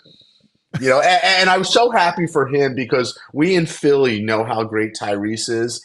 But like my view is like I didn't watch it because I was obviously at the game, but I heard even Shaq, and Charles were like, this was his coming out party, right? And like this was like welcome to the national spotlight, Tyrese Maxey, you're on the stage, and the dude deserves it. You know what was great too? LeBron was tweeting, Tyrese! Yeah. Exclamation! Like he was, and he's tweeting about Maxey. I mean, how freaking great is that? So yeah, look, I just think the fact that national, I saw Patrick Mahomes tweeting, like just like everybody, like this kid deserves that accolade and attention, And so, dude, I'm just psyched for tonight. I'm like giddy with energy. The whole team is like, let's just go. Let's get it going on. How did the ticket thing come about? How did you guys decide to do that? Yeah, look, we knew that, like, obviously we love our fans. We're supportive of our season ticket holders, and it's everyone's prerogative to do what they want with those tickets, right? But, like, New York has the highest get-in price in the league, right? So, like, they look at our tickets as being, like, a reasonable price, and, like, so they went on the market, and that's capitalism. And so, for us, we were like, let's see what we can do to, like, do something great to make sure the building is full of fans that we want in the building that might not have had a chance to get in there. Thank our first responders, our healthcare workers, and our nonprofits that do such a great job lifting the city. And let's make it a win for everybody. And so, Josh, David, and I, and Ruben, we were like, let's do something really cool. That's awesome. I love it. I do. I love that. I think I can hear our crowd tonight. I can hear deafening. What's funny? What Charles said the other night while you were at the game was, don't bring that stuff down to South Philadelphia, all right? Don't do it. And he said, don't bring it to the Spectrum. I was dying. It was great. Yeah, I loved it. I love the support we're getting nationally. I think people want to see, everyone loves a comeback story, right? Everyone loves that. And so, here we are. We got it. It's fantastic. Hey, last thing while I have you, this offseason is very unique. The way Daryl set it up with just Joel and Tyrese under contract. What kind of, when you're looking at the plan for it, what kind of resources, how do you view it? Will Daryl have all he needs for this offseason? Bro, we've never been shy about spending money. Okay, you know that. You've been following us for a long time, and if this isn't fact, it's close to fact. Of any of the playoff contenders, I think we're gonna have the most cap space of any of them right now next year. So, we're ready, man, and I think the world of Daryl and Elton and what they do, and the way they evaluate talent, and they're just look, I think Daryl's the best in the business. So I'm biased, but I love the way we are looking and our prospects. All right, well, listen, we got business before that. So all right, let's go, my man. All right, appreciate you, love you, brother. Take care. All right, see you, brother. DA. Peace.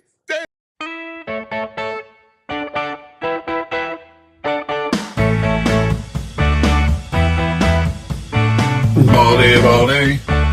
Oh, let's talk some football. Baldi. Oh, he likes meats and football. Oh, Baldy.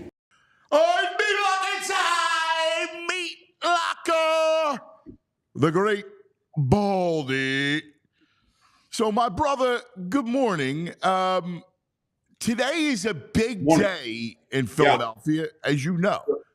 Oh, yeah. Sixers, after the improbable victory in the Garden in front of all those celebrities, now come home and have to defend the Wells Fargo Center to force a Game 7. What's a big game like this mean? Like, you understand big games.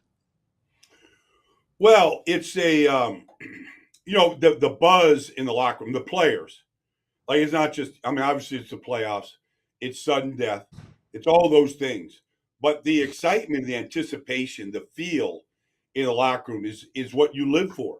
This is what you live for right here. There's 82 regular season games. There's all this stuff. And in the NFL, it's the same thing. But you instinctively know as an athlete, this is a big game.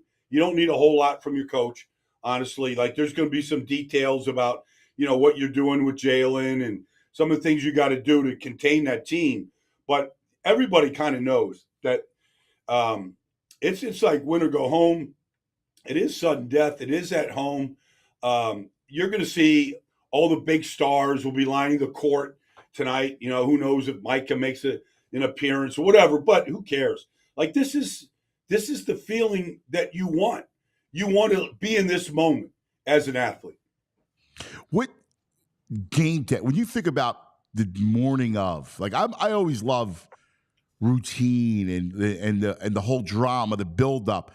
And it's interesting because it's a late start tonight. It's a 9 p.m. start, right? So it's got even more added kind of drama to it. What's the day like? The long trudge toward tip-off. You try to honestly make it as normal as you possibly can until you get to the stadium. So whatever routine that you would have on a game day, which would be maybe a normal 7 o'clock start, obviously made for TV, and you understand eyeballs. It's like, Monday Night Football. That'd be the comparison to the NFL. You're trying to make it as normal as you can so that you don't release your endorphins, release your mojo sooner than you want to. Like, you want to hit the court running. And so whatever it is, whether it's morning routine of, whether you do exercise or get treatment or whatever it is that you do, you're just trying to make it as normal as you possibly can until you get to Wells Fargo tonight. And then you're gonna feel and see the excitement. That's fun. Like, you are you're a true sportsman. So you also were a big basketball fan growing up too. Like, you love basketball. Huge. So, I grew up Long Island. Take the Long Island Railroad into Penn Station. Get to the Garden. Get your $6 seats, and then try to see how far you could sneak down. By the time you got to the second half of the game. The big games. They always played on Christmas. You take the railroad in on Christmas Day. Whatever game it was. I was there at the Garden when I was just kind of starting off in this industry. Knicks, Pacers. There's Reggie knocking down. I covered those. I covered that series. Yeah. Yeah. 24 in the fourth. There's in the locker room seeing Patrick after the game, Patrick Ewing, and seeing the guys. Like, I just remember getting started, and Pat Riley's, taking a little drag off of a cigarette, outside the locker room, trying to calm his nerves. Like, some of these images are just frozen in my mind for a long time. So how do you say the rivalry, right, is beautiful. Like, it's New York, Philadelphia. Now, you lived at time of your life in, like, Long Island, like you said, in New York, and obviously Philadelphia became your home. How do you, like, assess this whole rivalry? I love the story of Big Brother and Little Brother and the 90 miles separate, because we're very similar in how we approach sports. Our personality types are very similar, but, like, there's real animosity, man. It's good animosity, sports animosity.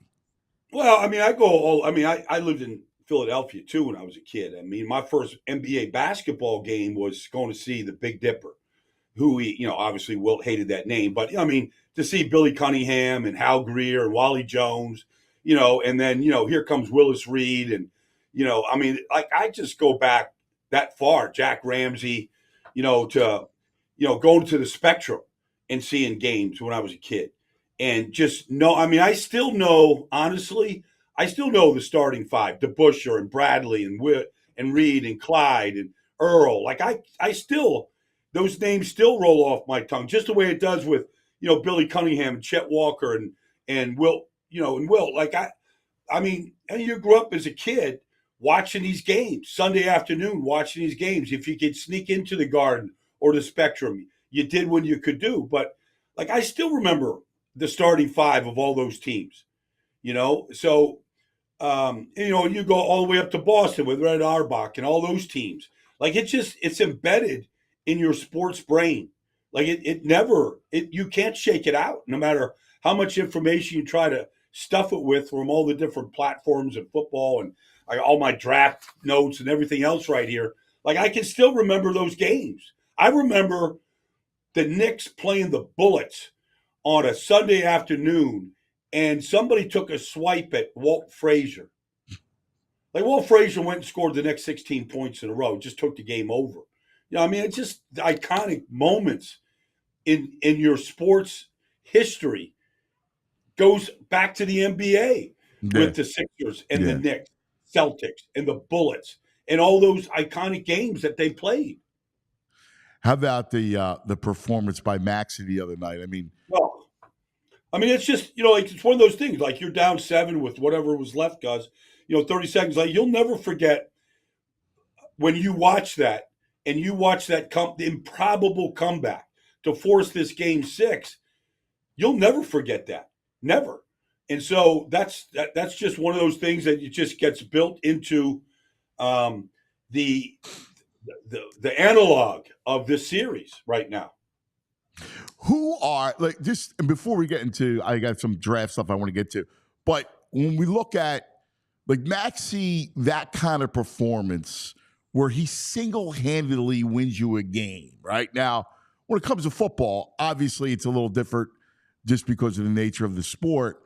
But the guy that came over and said, you know what, we're not going to lose. Who comes to mind? Now, obviously Brady in the Super Bowl against Atlanta and that comeback, that was, we're not losing, fellas. Well, I mean, that's Brady, that's that, laser focus. That's what we need. But I remember hearing that phrase though, when I was in Dallas and I was a rookie and I'm with the Cowboys and we're playing Washington in the regular season, and Ed Too Tall, we're losing. And Too Tall Jones is saying, we're not losing this game. That's what I knew. And that's what I realized. The Stars win games. It's in the hands of the Stars. I'm a grunt. I'm a guard, I'm a center, whatever. Like I'm out there, I'm competing. My day came later on. But when you're a young kid, you're a young player in any sport, you're looking up to your stars. Your stars are out there. They've been through all of this before. They've been through these moments when you're losing, but there's, it's only the third quarter. There's still time to win these games. That's when you step up and Too Tall, Randy White, you got to go win this game. It's up to the defense line to go win this game. And so those are, you hear that right on the sideline. You hear it on the bench tonight. It could be JoJo. We ain't losing this one. We're going to the Garden. You could hear maybe even during some of the timeouts tonight, you might hear that kind of talk. So let's get to business real quick. And the pressing thing I want to talk to you about today has to do with the Eagles roster right now. So as you examine their roster, what do you see that you really like? And what do you see that you go, all right, now this might be an area they need to address further? Well, the defensive line last year disappeared down the stretch. It was supposed to be a strength. Jalen Carter, was a bat out of hell to start the season. And it looked to me like he was a shoo-in to win the Rookie of the Year, Defensive Rookie of the Year. And then he disappeared. And Jordan Davis disappeared.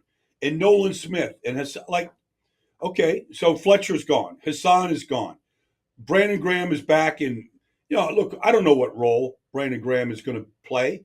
Maybe he plays a role like Chris Long did during, the Super Bowl run, where he gives you 15 snaps a game, and maybe he makes a great play in a big moment. But I mean, this is a rebuilt defensive line. So Bryce Huff has never been a full-time starter. He's been a part-time player in New York, had a great season last year. He has an electric takeoff. But he might be asked to be a full-time player. So, Josh Sweat, from the moment he got drafted at Florida State, has been on borrowed time. I mean, the knee injury he suffered back then, like most guys, never could have thought they could get 7 years or whatever it is now for Josh. So they got all these first-round picks there. Like, okay, so what are we going to do? How are we going to affect the quarterback week in, week out? And that remains to be seen. Is Jordan Davis and Jalen Carter going to take a step up? They're drafted at the very top of the draft. They trade up for Jalen. There's Jordan Davis at 13. He's going to be the next Fletcher Cox. Well, we got to see that. So it's a new system. It's a new defensive line coach. I believe that's the biggest question mark right now is who are these guys going to be, cuz? Yeah, and we talked about Jordan Davis a lot last year, and you were one of the first people I remember to say, "Hey, listen," and you broke down in all the tape about where he was and the lack of really involving himself in the game. Well, what does he need to do? Like, what would you tell him? Well, first of all, he needs to be in shape. Okay, like. Look, guys that big, I mean, it's hard. Dexter Lawrence was a little bit like Jordan Davis to start his career. And Wink Martindale came into New York, and he challenged him. And he said to him, look, if you're not in the Pro Bowl, all right, it's on me. It's my fault. I'm not pushing the right buttons. And he made the Pro Bowl, and he had a great season. Last year, not the same, but it was still, like, a guy that 360 pounds, like, he's turned a corner. I think you can. But that's what Jordan has to do. Like, he's got to keep his weight. There's got to be some level. I don't know what it is, cuz these big guys, Jordan Mailata can play at 380. Plays really good at 380. Some guys can play at 360. Some guys have to go, we got to get to 340, 330, and we got to get our weight down. But he's got to stay on the field. He's got to stay on the field, and then he's got to impact the game in the pass rush. And that was my biggest question coming out of Georgia, because he was never on the field at Georgia for more than 5 plays in a row. Well, I mean, if you open up the season in Sao Paulo, Brazil, and you're playing the Green Bay Packers, and here's Jordan Love on this 13-play march, how many of those plays are going to be on the field? How many plays are you going to be able to take the left guard or the center and walk him back in the lap of Jordan Love and affect the play? Like, we don't see that from him. And so this is his 3rd year now. Like, the jury's out. And so he's got to get in shape. He's got to stay on the field for more than 5 plays, and he's got to win on 3rd downs when they're throwing the football. Yeah, I agree. What Huff is interesting to me. I don't know what to expect from him. Obviously, there were flashes, quick off the edge. How do you assess him? You have a lot of Jet connections. Yeah, well, look, he's bigger than Hassan. He's 255 pounds. He could be, you could say, can he be the next Brandon Graham? Like, he's never been the starter. But he's a good football player. But he's played less than 50% of any snap in the last 2 years. So he's come off the bench and he's giving you juice. But they need a starter, maybe Nolan Smith starts, but I don't know what his role is going to be. So, who's going to be that starting end opposite Josh Sweat? That'd be the question. Is it Bryce? They just gave him, starter money, like elite starter money, and Nolan Smith is, going to come into a 2nd year. So, which guy is going to step up and be that Hassan Reddick that was phenomenal the last 2 years for this team in every phase of the game? And so for Bryce, though, it's okay. Now that if he does win the starting job, and I assume he's going to be, that means you're playing 65% of the snaps. All right. Are you playing the run? Are teams attacking you in the run because they think that you're not going to hold up? Like, how do you hold up? And then, setting the edge, beating the tight ends, not getting blocked by tight ends in the run game if you're in the 7 technique, whatever.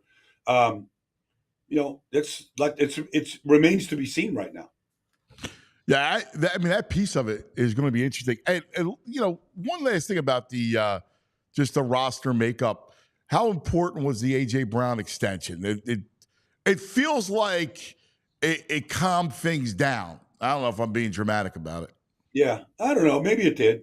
Maybe I mean we don't know because we've seen these things on the sideline that just don't look right. Right. And we've seen these moments in games when he acts like a diva. And I don't think AJ is a diva. Like, I like AJ Brown, and I think the teammates like him.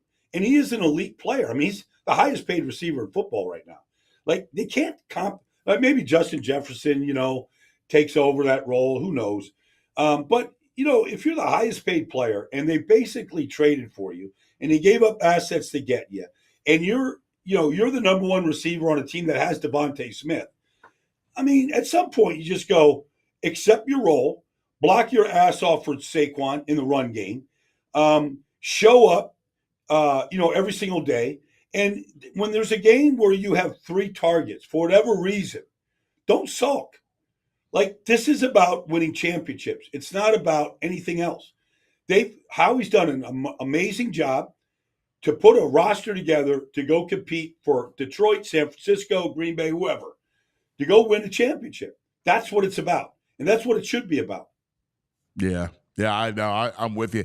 Hey, last thing, this looking at it within the division, have you figured out what the Cowboys are doing? Well, they have a long history of being very successful drafting offensive linemen. They just drafted 2, Tyler Guyton and Cooper Beebe. If these 2 kids come in and play like Tyler Smith did, like Zach Martin did, like Travis Frederick did, if these kids come in and play at a reasonably high level, this is going to be a better offensive line than it was a year ago. They were the number 1 offense in football last year. Zeke is back. I don't know what Zeke is, but Tony Pollard as a starter averaged 4 yards a carry. I got to believe if this offensive line is pretty good, that he's going to get 4 yards or more a carry. Nobody could cover CeeDee Lamb last year. I think they're still going to be a pretty good football team. They've won 12 games each of the last 3 years. Now, look, they've been a dud in the playoffs. They just have. And so I believe that they can still compete with Philadelphia. They should have beaten us twice last year. I'm saying us. I mean, they should have beaten the Eagles twice. They lost once. And they won handily the other time. It's a good rivalry. It's an elite rivalry. It's going to be on national TV whenever they play. It's going to be a marquee game whenever they play. So it's a little bit odd in that they can't figure out how to pay their stars in CD and Micah and Dak. And I don't know who else they really pay outside of Tank Lawrence. So it's a little confusing. Eagles go out there and spend more money than anybody thought anybody could have. And the Cowboys don't do any of that. Howie Potter, he's a wizard GM. Howie Potter. Right? Well, I mean, it still comes down to how you play as a team, how you're coached, how you play in the big moments. So look, the Eagles have 2 new coordinators. The Cowboys have 1 new coordinator. So let's just see how these teams adjust right now to the new personnel. Every year is a new year. Every year it's a new team. Like, who puts this thing together the best right now? Yeah, it was just interesting because I thought they would add a running back. I mean, you kept waiting for who's going to run the ball, and you come back with that. I'm like, all right, let's see how that works. I'm with you. I'm with you. Maybe they're just waiting for somebody to cut somebody, and they're going to pick them up off the wire. Like, that could happen too. Yeah. Anyway, big game. Root him in. All right, buddy. Go Sixers. Go Sixers. Let's get to Game 7, man. I think this series deserves it. I think that's what it's craving right now. Yeah, that'd be awesome. The great Baldy. Baldy! That's right. Baldy! Meat locker. How about it? We got a lot to tell you about, but I have to tell you this.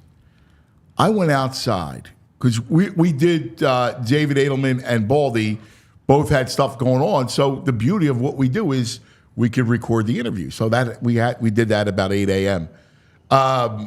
So while that was playing, I went outside and to the main area of our floor here, and I see the bro, and I go, "Bro, you ready? He's like, "No, they're gonna lose. I have no hope in my soul." And I'm like, "Dude, you can't give me that on a game day. They're gonna lose. Same story. Hopes up, dashed." I just saw him in the bathroom. Put him in the bathroom. I was like, "You're out on the Sixers? What am I going to do? I'm going to get behind this squad at this point? What am I, an idiot? I hate myself. I just can't do it at this point." There's a lot. I think there's a little bit. So There's night, a lot of issues going on there. But you know what else? Nene, same thing. Oh, yeah? I would expect you to be different. No, not at all. I don't know what's going on in that Philly show. Yes, it's because Renee's ready for LeBron to come to Philly. That's why. No, but she was like, "Well, I'm not going to do this to myself again." It's the same story every year. I was like, well, I mean, listen. Again, I've said it a million times. It's not about they're not going to win a championship. No. But can I just get basketball extended? Can I beat the Knicks? Can we beat New York? My expectations are pretty modest. Like, can they win tonight? And then let me know maybe game 7. But we got a bad attitude. Yeah, there's a guy. We can't have a bad attitude on game day. There's a guy I really like on Twitter, Mark. He goes by the handle behaviorist with 2 T's on the end. And he says, "I had an opportunity for 2 tickets tonight, but I turned them down. I can't stay up super late.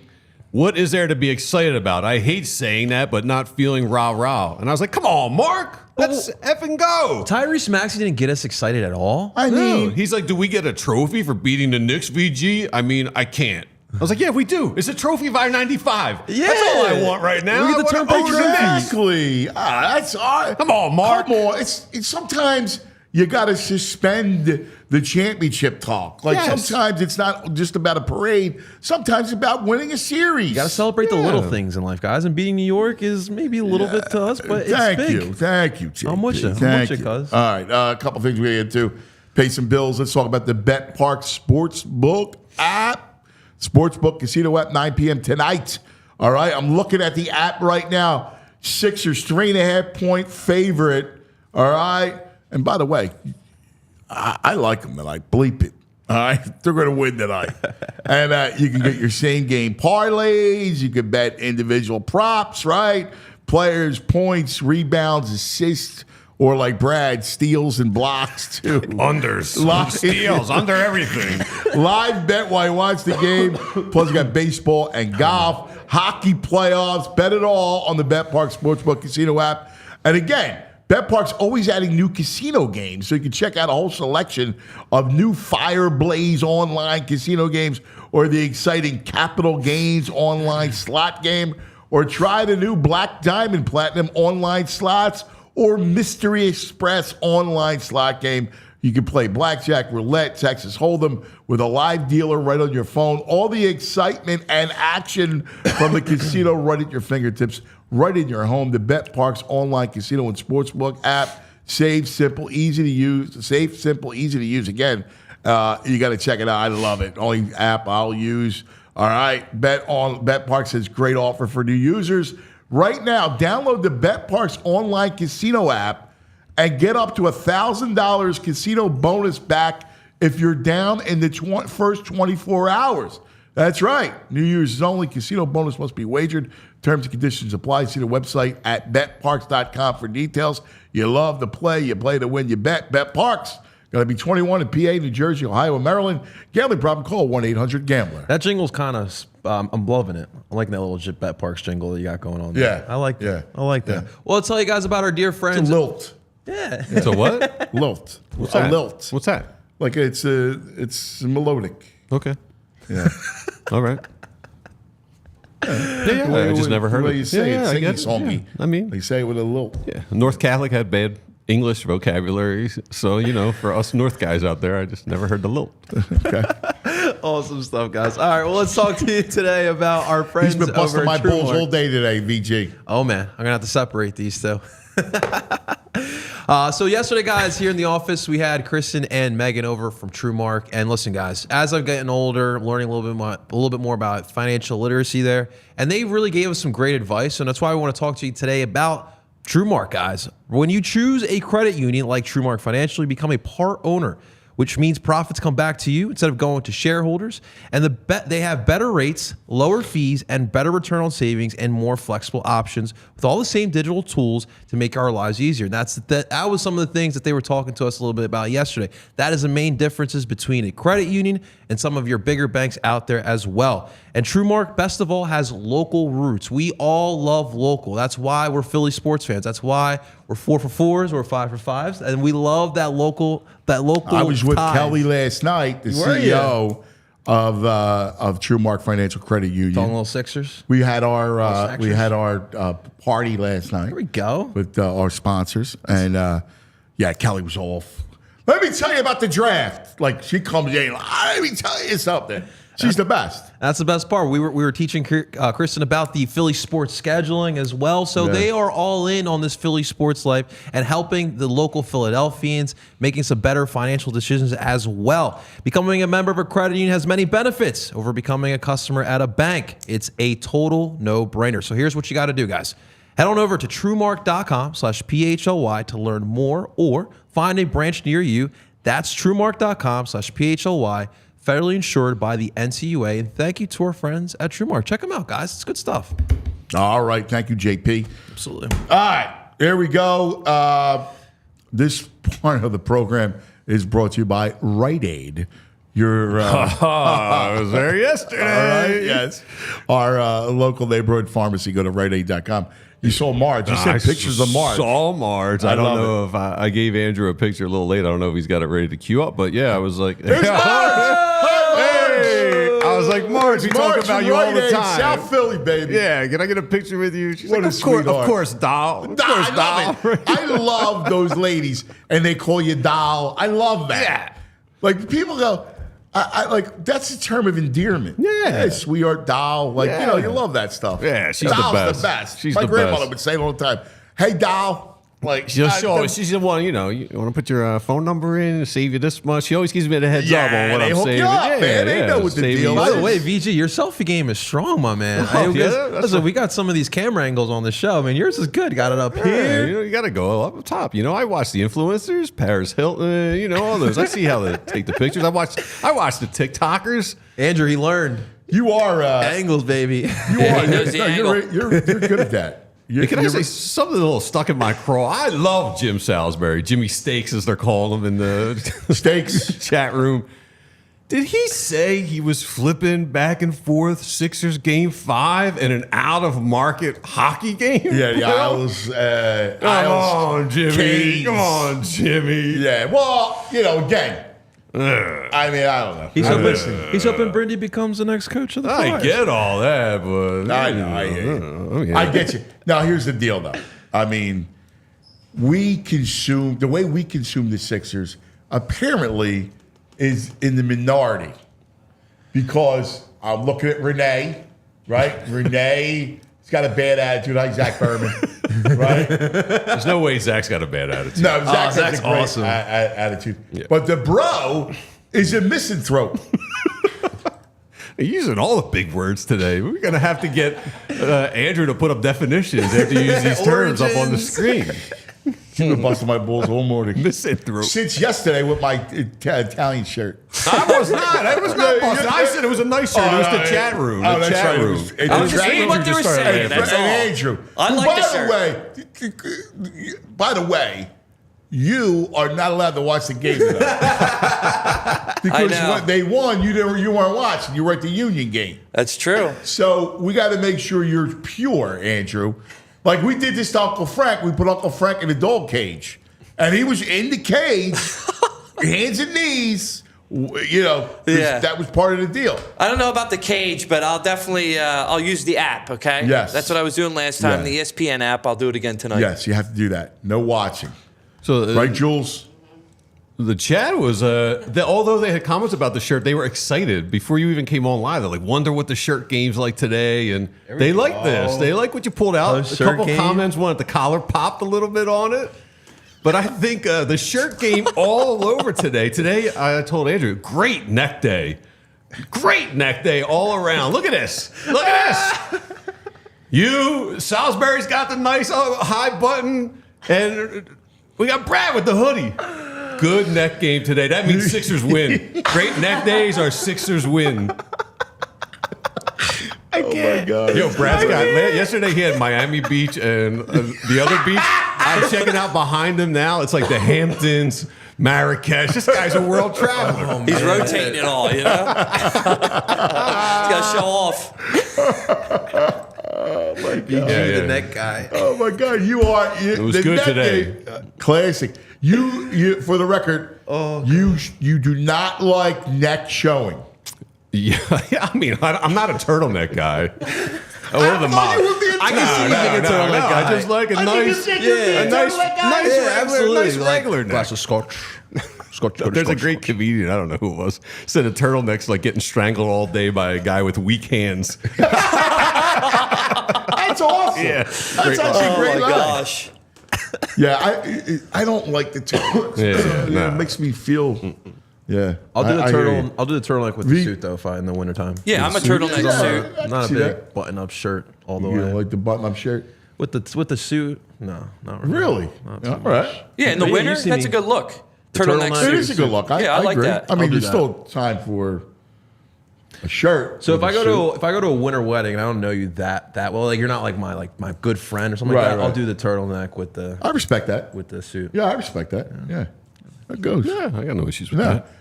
VG's Nugs. The nugs. Well, I mean, I'm all over the post again. So, of course, the posts are hitting us with the, what was the one headline? 76ers owner buys 2,000 tickets. Knicks fans have spooked the Sixers ownership so much, they don't want us taking over the building. And a lot of that's on Reddit, too. They're just like, they're so pathetic. They got to buy their own tickets because we're coming down and just owning them. Oh, man. That's a lot out there. You gotta win now. And there's some other headlines here. It's like, there's a desperate 76ers owners. There's one that we talked yesterday a little bit about Brunson in the fourth quarter. And your boy, Vaccaro, who we've been paying attention, what should really worry the Knicks after some rare Jalen Brunson mistakes? Wow. And here it is. Talk about nitpicking in overtime. The guy carried you.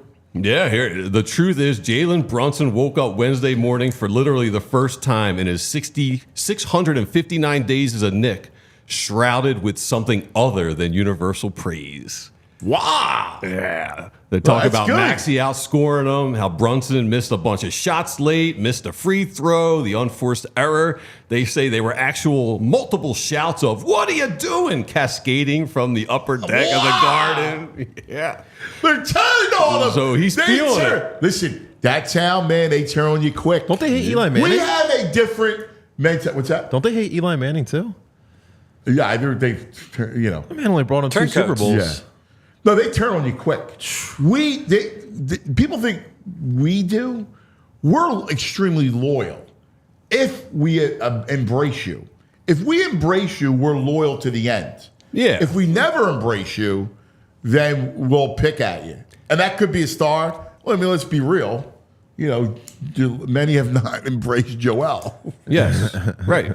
But if we do embrace you, I mean, we're going to bust your stones and let you know. We'll give you the but business. we're loyal, Yeah. loyal. Way more loyal than NY. For sure. Yeah. 100%. A couple little nugs. Kyle Lowry in elimination games. 16.1 points per game, 5.5 assists, and 5.4 rebounds. So Wow, he comes to 16, play. 5'5". Yeah. That's a good stat. That's a good nug. And against the Knicks in the playoffs, 4 people have scored 46 points or more in the playoffs. They are Maxey Against the Knicks. in the Wow. playoffs. They are Maxey, Embiid, Jordan 3 times, and Sam Jones. And that is it. That's a good list. That's an incredible list. Yeah. Jordan, I think, scored 63 one time at the Garden, if I'm not mistaken. I remember covering the game Yeah. Yeah. Is that when you were working with the when I was in New York. covering? Yeah. Yeah, that's crazy. That's insane. That's great. How about Maxey? Dude, so here's the thing. So let me go full circle before you continue with your nugs. Yeah. Embiid's got to score tonight. Mm-hmm. You agree? What do we say in score? We He's saying gotta over 30? Yes. Gotta get 30. He's got to score 30. Yeah. I almost think he's got to score 35. Is he capable of scoring 35 the way his body is right now? I think the way he played in overtime, yeah. I think he's got a little recharge, a little juice pump back into him. I think we see a good effort from him tonight. Because you're not going to expect Maxey to have that kind of game, right? Like, that game is ridiculous. I mean, he was just on fire. It's legendary. Right. So he's going to come down to earth a little bit. And by the way, they're going to defend him differently. They're going to blitz him more. They're going to pay attention more to him. So that should free up Embiid a little space. I mean, the question is, can Toby give us 19 again? Yeah. 19 and 10. If he gives us that tonight, I feel pretty Or good. my boy this morning, Kelly. Oubre?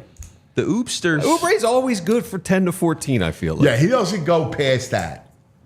I agree. I agree, a 14 piece. I'm happy with that. Yes. Yeah. 20.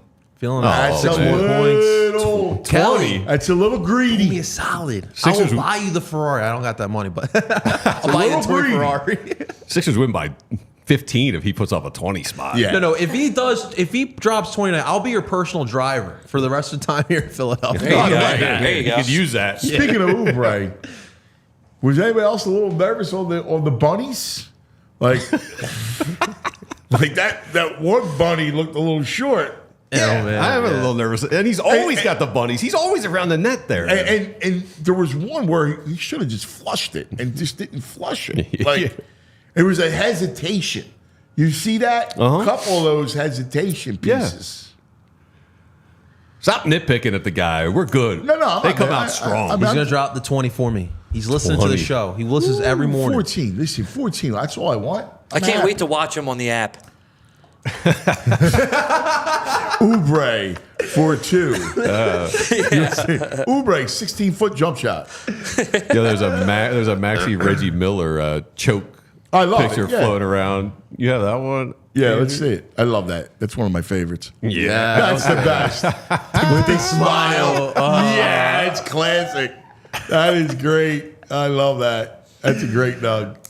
Maximus. That was such a fun performance. He is the best. Yeah. Want to look at some comments today? Yeah, what we got? Provolone John, Knicks fans coming over from Villanova. Dave P. Villanova is a New York City embassy. That's good.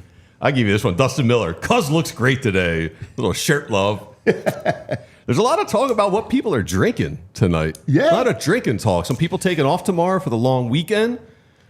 Some wine. There's Uncle Nearest whiskey. But Uncle Nearest. I got that. Yeah? Yeah. How is That's it? good. Yeah. Yeah, it's in Uncle Nearest is good is a tasty item. surprisingly, a lot of malt liquor 40s talk out there. Really? Yeah. Colt 45? That I did not see. I saw St. Ides, Crazy St. Ides. Horse. Wow. Yeah. I would do the old English. How about the Cokie 900? I don't know the Cokie 900. Yeah. Yeah, I would do a Steel Reserve. I was a Steel Reserve guy. Right, the 40, man. Oh, bad man. experiences. You ever with play that the stuff. game, the 40 hands? You tie two 40s to your hands or duct tape Yeah, them to I've you. seen that. You can't cut Edward 40 hands. You can't take them off Edward unless they're 40 both hands. empty. Yeah, you got to duct tape them to your hands and drink them. What do you think, Jules? That was like a high school thing. Yeah. Yeah. Yeah, Did you actually do it, Jules? Yes. Wow, Jules did it. Wow. there you go. Our executive producer It's awesome. It was a long time doing ago. the Edward 40 hands. That's pretty good. Bubba 45 during the Brad segment. Who wants to play an under in an elimination game? And then Vu Drew chimed in. Should we also take the Knicks, Brad? I know. I try to steer them away from that. Like, dude, like, people have this, you know, like, we want to go into a game and you want to watch the game and root for it. Like, even if you got to just, you know, push a little bit to one side, like, Yes. just don't give me an under Maxey rebounds. Like, that's horrible. There's nothing worse than rooting unders. I know. But, like, and then you're going to, like, this. He's like, I got 2 Philadelphia plays. I'm going, oh, all right, cool. Yes. Well, I'm thinking he would go, like, over Embiid. Like, you know. Rebounds. Right. Like Like, something. whatever. Yeah. under Maxey rebounds, and what was the under steal? It's Oubre. One Yeah, like Oubre. come on, 2 unders. So like Oubre, Sixers. if Oubre gets a steal, would you rather be cheering for one more steal the rest of the game or no steals? wait. Who wants to root that? In all seriousness, is he insane? Yes, Like, absolutely. Like, think about this. Who would, in their right mind, think to bet under a steal? So he's going through every player who's playing tonight and looking at steal numbers. And it's 1.5. the brain. It's such a small. Like, it's 1.5. How do you predict that? Right. Like, points, you go, all right, who's guarding you?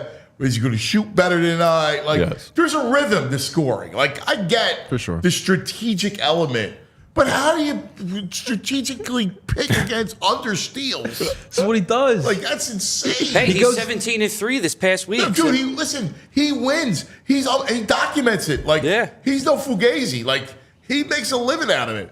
But it's just bizarre, the blocks. Like, what? he goes into his laboratory and he's just watching games. 47 watching to 22 steals. to the under. And I'm like, wow. I mean, he's God. made me money, so God No, bless. he More knows power his, to brain. He knows his stuff, the That's brain. insane. That's why he's the brain. He's Brain, nuts. brain. He's insane. All right, best and worst of the evening. Let's get to it. Best, JP. All right, so let's stick to this Philly New York thing. All right, so let's go to our baseball rivals, those New York Mets. Cause I love Pete Alonso. I just love him because he's just an idiot. I'm sorry. So I'm gonna set the scene up a little bit, right? So bottom of the ninth, they're playing the Cubbies, right? 1 out. Jeff McNeil hits a fly ball to left field, right? And Pete Alonso's on third base, ready to get the game tying run, right? So Pete Alonso, or Ian Happ gets the catch, tries to throw to home plate. Pete Alonso runs to home plate. And Pete Alonso would have been safe because he forgot to tag the freaking plate. And the Mets lose. Hector Neris gets the save. Take that, New York! You have the clip? It got the clip. McNeil flies one toward the left field line. Tagging up is Alonso. Half moves over, makes the go. catch. Here comes Alonso. There you go, Here Petey. comes the third He runs throw. still. In front of the plate. He's out. Look at Hector Neris. Okay, watch it bounce, and it goes up. Put the hand down. Slap down Oh again. my God, that's unbelievable. Ow. At the home plate. And they lose. Wow, their manager blew a gasket. Yeah. And he was going nuts after Out that. of my mind. I love Pete Alonso. Oh, He's man, that's awesome. great. That's great. What's your best of the night? You know, during the Phillies game, they hyped up Jimmy Steaks referenced the Bohm shirt giveaway. I think that's this weekend or Monday. Jimmy Steaks. You got Jim Steaks. No, this is Jimmy Steaks. Yeah. Salisbury, baby. So the shirt is cool. I might have a picture of it. Oh, yeah. Yeah, but they're owning that I effing hate this place. This is for kids. I love this that's place. awesome. With Bohm. Like Yeah. That's very cool. Yeah, I thought that was a I good. love That was it. good. Phillies are the best when it comes to like Promotions. giveaways and promotions. Correct. All that stuff. Like with the ceremonies. Yes. They're the greatest at that, the Phillies. I thought that was a great way to take a I negative love and this really place. spin Wow, it. Yeah. that's beautiful. Yeah. That's brilliant. Whoever came up with that, I got to get Brazier. That was great. Yeah, that's good. That's good stuff. Worst of the evening. Let's stick with the New York thing. So there's a new docuseries coming out, and it's going to highlight the 1990 Yankees team. I don't need a docuseries for the 1990 Yankees. It's going to be through Peacock. 19 Like kind of like the Last Dance vibes, but for the 1990 team. So I'm like, I don't need. What happened in 90? I'm trying to- So I watched the trailer, and the only thing I could think about was like, I don't need a Yankee. No, because how many Yankee World Series in the 90s did we have? Like it was what, like they. Yeah, but I like, thought 94. It was highlighting 1990. So that's.